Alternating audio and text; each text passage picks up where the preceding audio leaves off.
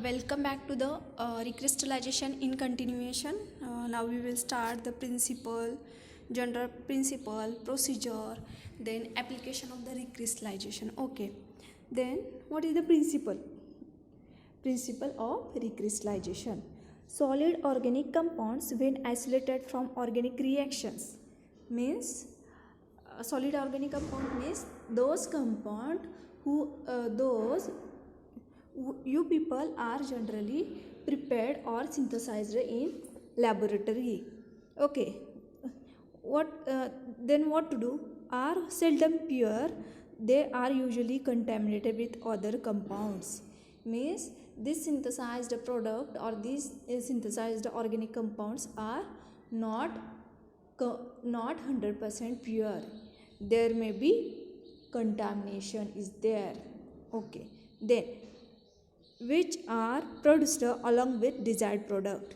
Okay, the purification of solid based upon differences in the solubility in a given solvent or a mixture of solvent.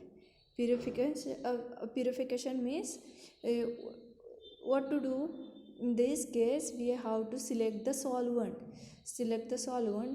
Such a type means we have to select solvent in that your product will be insoluble, desired product will be insoluble, and impurity will be soluble, so that insoluble product it crystallized out, it forms crystal and it will be separated through filtration, and soluble impurity it goes into the solution, that is filtered solution.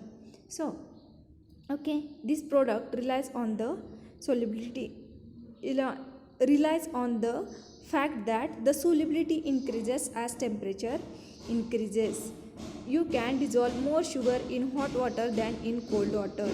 Okay, means how to perform that? Sometimes we have to if we have to heat that particular mixture in the organic solvent, then what will happen? As temperature increases, solubility increases. Then as a hot saturated solution cools, it becomes unsaturated and the solute precipitates crystallize out. In a recrystallization procedure, an impure crude solid is dissolved in a hot solvent. As this solution cooled, the pure product crystallizes out and the impurities stay dissolved.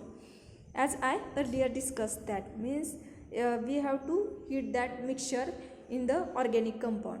After that what will happen? Our compound or that will solubilize as temperature increases. Okay, after complete solubilization we have to add that compound up to supersaturation. Okay, if supersaturate that compound, then we have to stop that heating and we have to cool that compound. After cooling what will happen? Our product, our desired product, it will get precipitate. They means it will form the crystals, and those product means undesired product means nothing but your impurity get dissolved in that solution, and we have to how to separate this crystals and that impurities.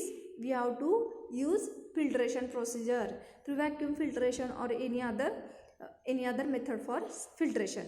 After filtration what will happen? That crystals will remain as a filter cake, means that is our desired product, pure product, and impurities get into the solution, and that solution, filtered solution which having that impurity, it will be separated out through this filtration procedure.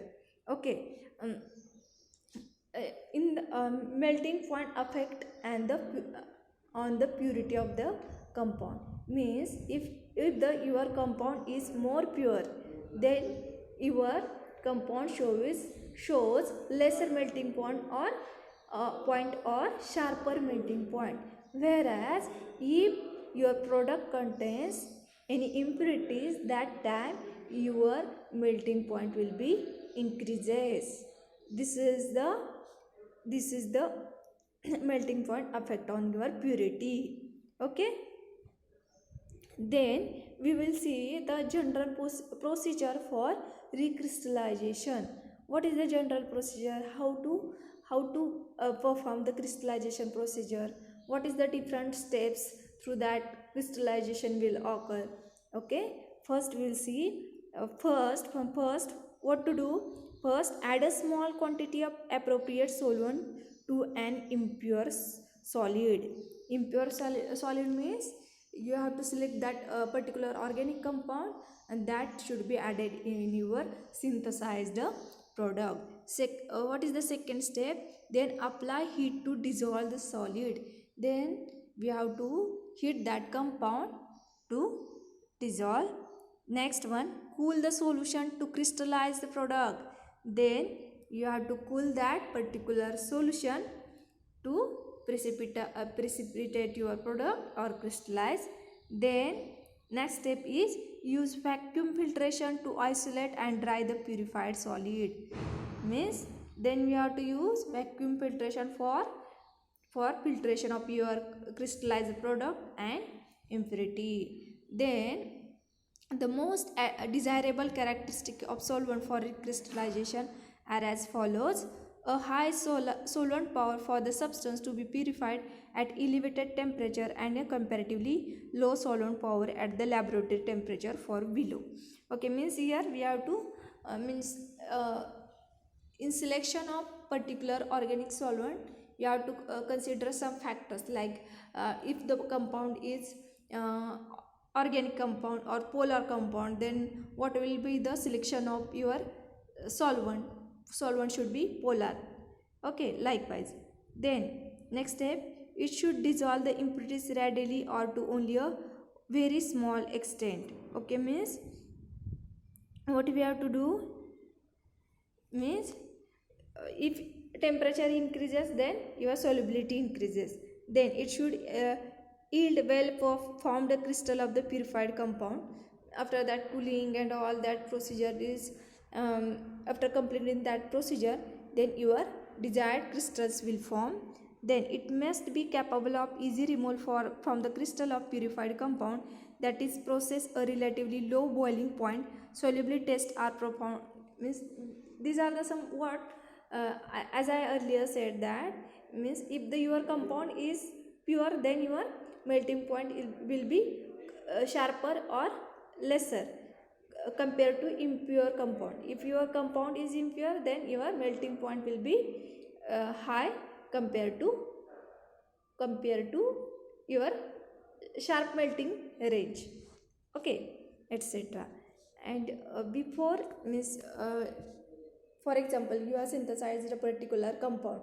You know the what is that compound? Maybe benzoic acid, maybe some other product. Benzoic acid means these are the polar compound. Acid group means there is a nature of compound is polar.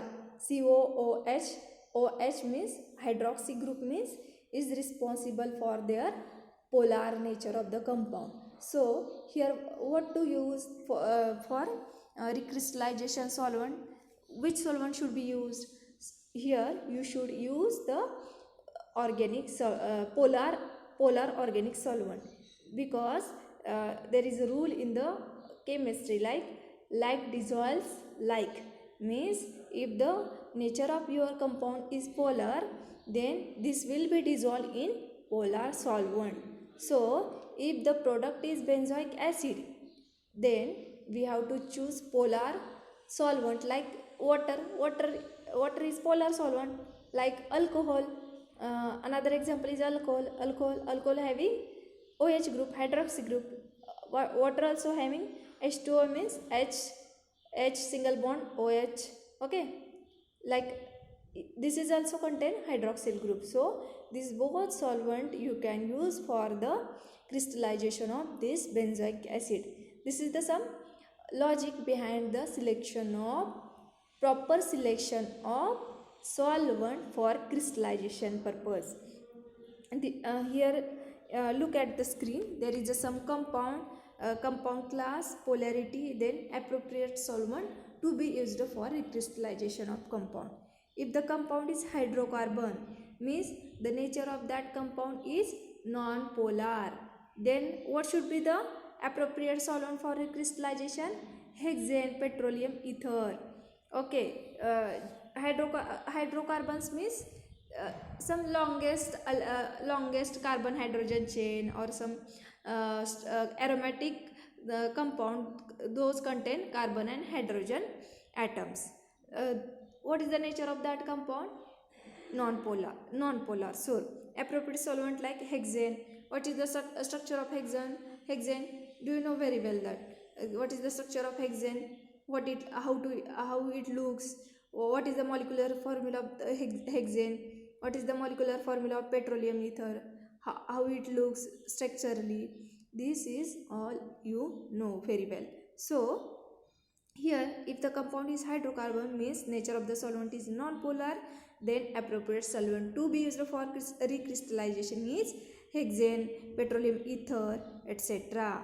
Like toluene. Toluene also non-polar solvents. For ether, if the compound class is ether, means if your product contain functional group as ether, then appropriate solvent to be used for recrystallization is diethyl ether. Then halocarbons means those compound which having halogen group in their structure. Then what will be the appropriate solvent? Dichloromethane. Okay, dichloromethane is, it also contains the halogen group. Then esters for ester purpose, which one the favorable solvent? Chloroform. Then next one is ketone or aldehyde. For that purpose, ketone having ketone as a functional group, aldehyde having CHO as a functional group. Then what should be the appropriate solvent? That is acetone. Acetone means is nothing but the ketonic functional group. So for ketonic and aldehyde purpose, we have to use acetone as a favorable or its ideal solvent for recrystallization purpose. Next is phenol. Phenol means is nothing but the polar compound because it contains OH group in that aliphatic ring. So so that purpose we can use any polar solvent. For ester purpose, ester is what is group? This is for non-polar. It will for ester recrystallization purpose we can use ethyl acetate. Okay.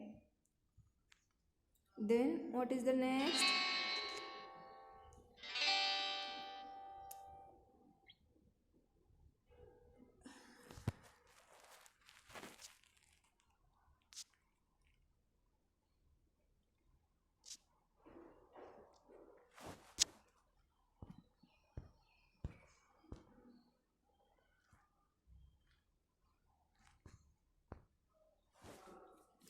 What is the next?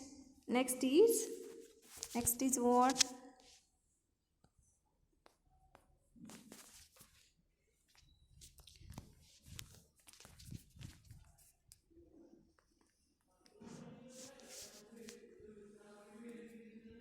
Next is alcohol.